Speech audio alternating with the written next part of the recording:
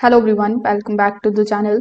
In today's video, I'm going to show you exactly how to fix the always on display not working on your Apple Watch Ultra 2 in 2026. Now on your Apple Watch Ultra 2, always on display must be enabled manually. For that, you just have to go to your settings, then look for the option of display and brightness. Now inside the display and brightness, simply look for the option of always on, and then you just have to use the toggle button in order to turn it on. If it is already enabled but still not working, then you can check the power modes as well. The low power modes disable the always on display in order to save battery. So again, you can go to settings and make sure that the low power mode is turned off.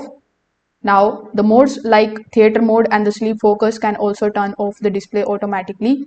So you can swipe up to the control center and make sure that these modes are also disabled. Now, always on display depends on the wrist detection. So make sure that the watch is worn properly and wrist detection is also enabled in the settings. So if this video helped you out, make sure that you like this video and subscribe to the channel. Thanks for watching.